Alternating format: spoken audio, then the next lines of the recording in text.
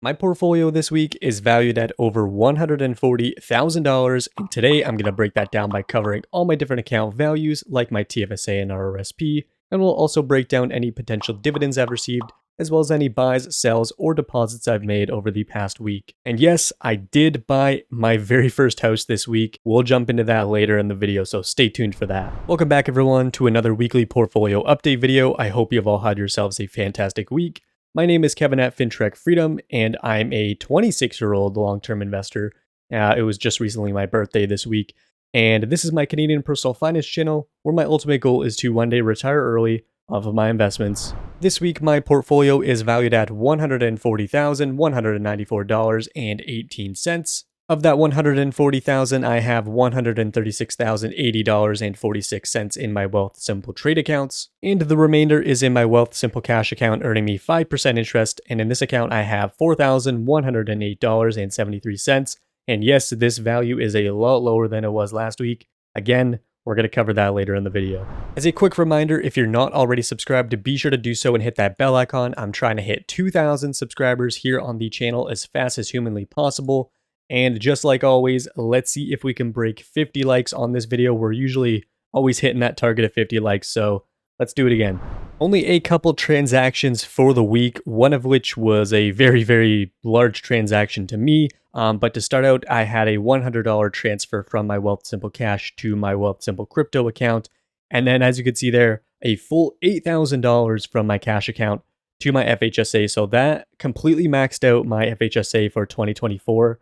And as I said earlier on in the video, yes, I did buy my very first house. So I'm not going to be able to contribute to this account next year or the year after. Like, the account has to be closed before the end of this year, and the funds do have to be withdrawn within the next about 45 to 60 days. As for the dividends this week, I received absolutely nothing, so $0 on the week for that.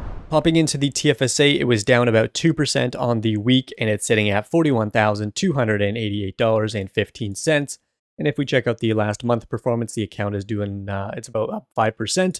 And on the 3-month, it is up 10%. So I've still got all my same reoccurring buys going on in the TFSA. So $105 worth of XEQT and $25 worth of QQC. All right, now my FHSA is sitting at a much higher balance than it was last week. It's currently at $16,755.03. It's up 1% on the week, 2% on the 1 month, and 4% on the 3-month. Now, the reason why I maxed the account now, it's because, well, I'm not going to be able to contribute to it for, well, ever again after the house sale closes.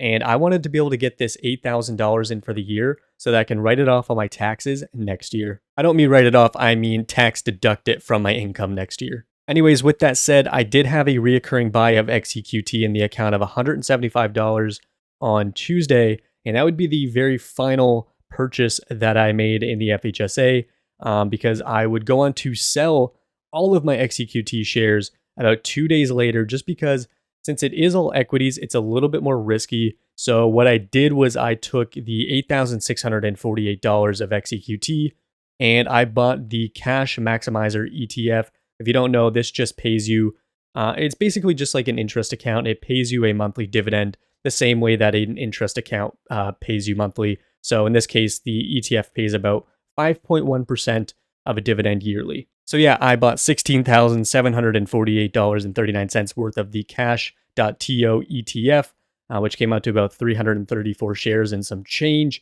The reason I did this was because it's a lot less risky. I'm going to be withdrawing these funds very, very soon, within the next 60 days.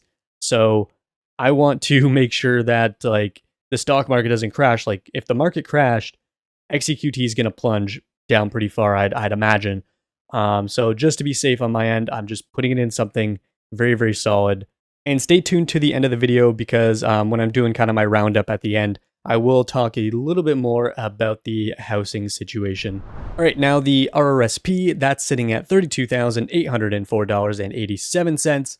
The account is just about flat on the week, but on the 1 month, it is up 5% and it is up 9% on the 3-month. And I just have my reoccurring buys going through in the RRSP still, so a $70 buy of VOO and an $80 buy of SCHD.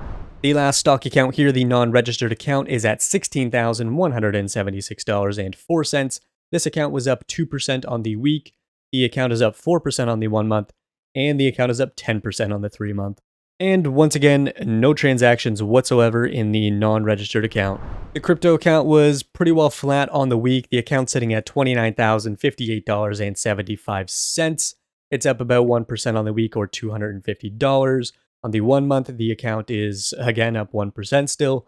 The 3 month, it is saying only 1%. This might be glitched. Yep, this doesn't seem to be working right now. Anyways, the return seems to be glitching out, but for the transactions in the crypto account, still all the same reoccurring buys. So $40 of Bitcoin, $30 of Ethereum, and $10 of Polygon Matic, Chainlink, and Polkadot. If you or someone you know is interested in signing up for Wealthsimple, you can sign up using my link in the description or with the code on screen to receive $25 when you open and fund your Wealthsimple account with any amount of money. You can literally deposit $1 and you'll get $25 absolutely free. Again, link in the description or the code on screen. Popping over to the portfolio tracking spreadsheet, which you can download and use in the description. There is a video on how to set this up.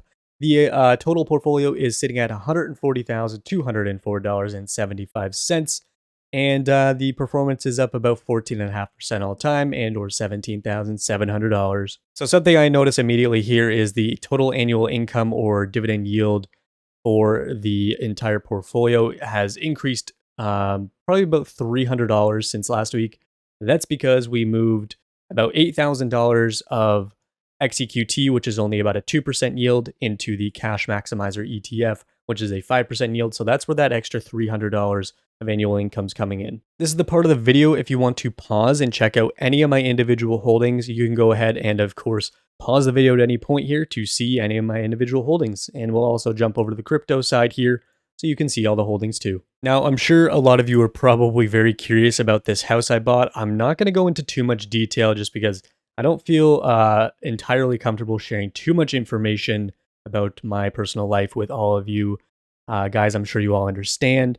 But I did buy a home, my very first home, and it is in the province of New Brunswick. And if you don't know, for a down payment there, your minimum down payment can be as little as $5,000, no matter what the value of the home is.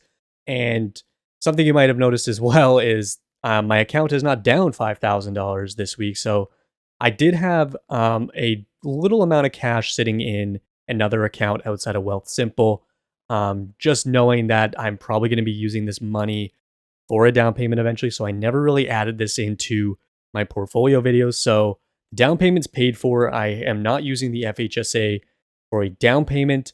However, the FHSA value will be used for things for the house. There's a few upgrades I would like to make. I have about $17,000 I'll be able to work with once I withdraw this. So there's a few things the house needs. Anyone who's a homeowner knows. There's a lot of upfront cost that goes into a home, especially your first one. So I do plan on using most of this, and whatever I don't use, I'll probably eventually put back into the accounts here.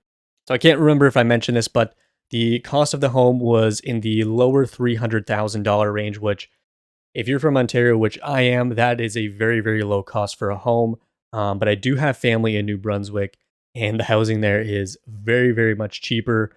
And since my work is fully remote, it only made sense that I could take advantage of these lower home prices and get my foot in the door of being a homeowner.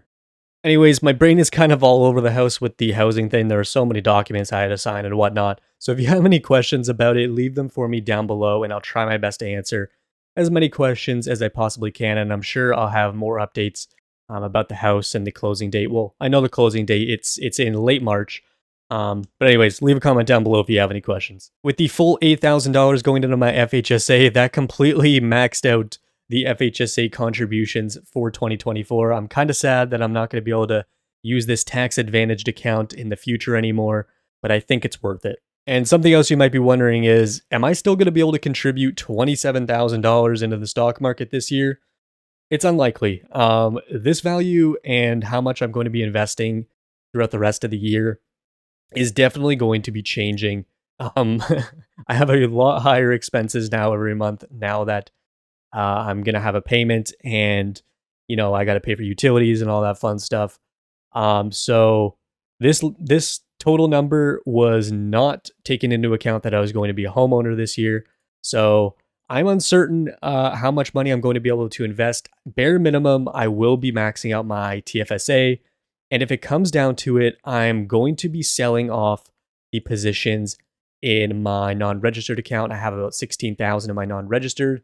And if need be, I'll be moving some of these funds into my RRSP if I need help maxing out the RRSP for 2024 so I can get the tax deduction next year on my taxes.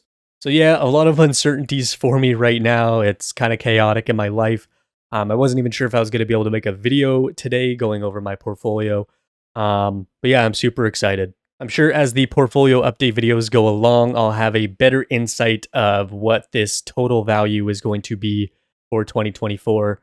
If I had to ballpark it right now, I would say if I could get a solid $12,000 invested in 2024 at this point, I'd be very happy with that.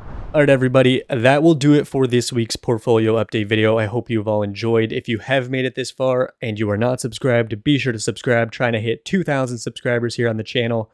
And yeah, be sure to leave a like as well. Let's hit 50 likes on this video. And yeah, I'm having a hard time making this video this week. My brain is so scattered. Thank you all again very much for watching, and I will see you next time.